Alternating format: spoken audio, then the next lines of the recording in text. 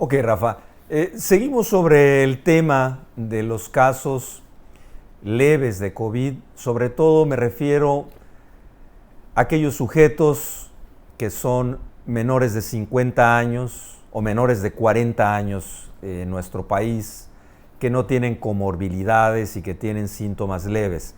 ¿Estarás de acuerdo conmigo que estos sujetos deben mantenerse en casa? Absolutamente. Mantenerse en casa para evitar saturación de hospitales, para evitar dispersión de la enfermedad. Pero tú recomendarías que estos sujetos estuvieran bajo la vigilancia o supervisión de algún personal médico. Y me refiero básicamente a la experiencia europea y de Estados Unidos, en donde hay equipos de trabajo que visitan al enfermo, evalúan su condición médica, incluso le surten medicamentos y otras estrategias para que el individuo no tenga que salir de casa. Yo creo que Absolutamente. coincidimos en eso, ¿no? Coincidimos en eso. Son personas que tienen que tener, aun cuando tengan bajo riesgo de progresión a la gravedad, son personas que tienen que estar vigiladas por tres razones. Una, para que se mantengan en aislamiento. Como son jóvenes generalmente, como no se sienten tan mal, pueden llegar inclusive a entrar a estos circuitos de la negación o circuitos de no estoy tan grave, ¿no?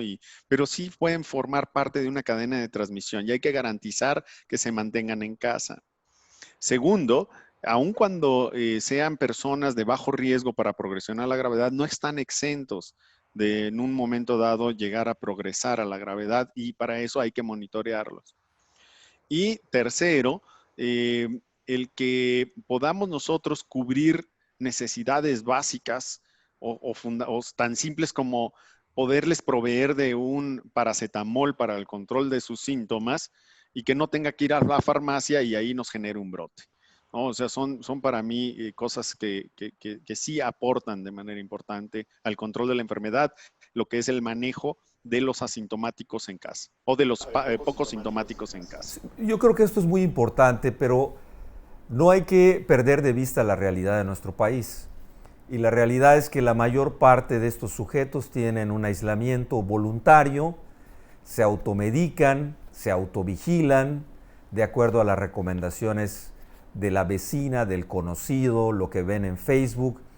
Y es un tema que tal vez esté ya demasiado desgastado, Rafa, pero que es obligado. Es una pregunta obligada para hacer. Y es la eficacia de los tratamientos para COVID leve.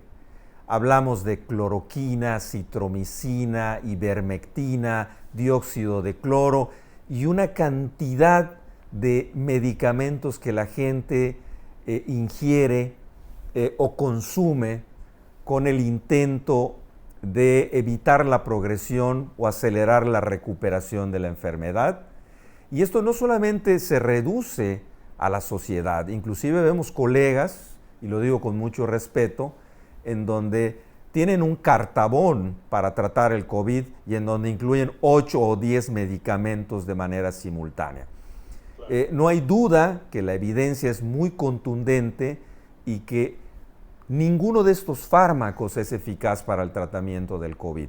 ¿Cuál es tu opinión al respecto? Porque me parece relevante que tanto la sociedad como la comunidad médica conozca qué hacer, qué es lo que debe hacer y qué es lo que no debe hacer en el COVID leve. Claro, lo voy a responder de la siguiente manera y voy a puntualizar particularmente en aquellos que son los más socorridos o los más utilizados. Hidroxicloroquina. Hidroxicloroquina ha quedado demostrado fehacientemente en los estudios clínicos controlados que no aporta absolutamente ningún beneficio a la enfermedad.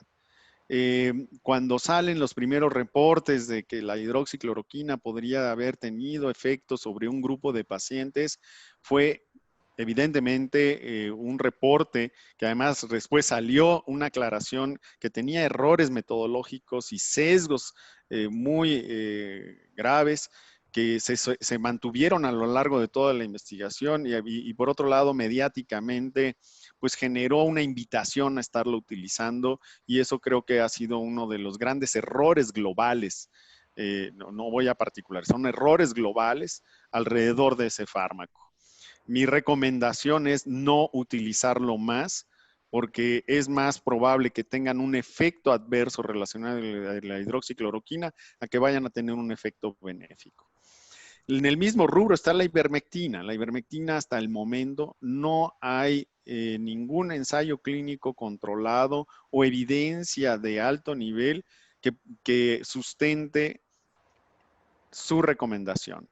No es correcto estarla utilizando porque los ensayos en los cuales se sustenta la ivermectina no han sido ensayos clínicos, son experimentales. Hay alguno ahí cuasi experimental que redujo la carga viral de SARS-CoV-2 en un modelo experimental y solamente a una dosis equivalente que si nosotros la traspoláramos a los humanos sería letal. Entonces, no usar ivermectina. Acitromicina en combinación con hidroxicloroquina es la misma historia, no tiene ningún efecto benéfico. La acitromicina, aun cuando pudieran adjudicársele algunos efectos inmunomoduladores en SARS-CoV-2, no ha demostrado tampoco que tenga alguna actividad. Y con todo respeto a quienes utilizan o han utilizado o creen en el dióxido de cloro, no voy a debatir algo que no está sujeto a debate. Ese no es un medicamento, eso no tiene ningún efecto sobre algún mecanismo de inflamación, ni de protección, ni efecto antiviral.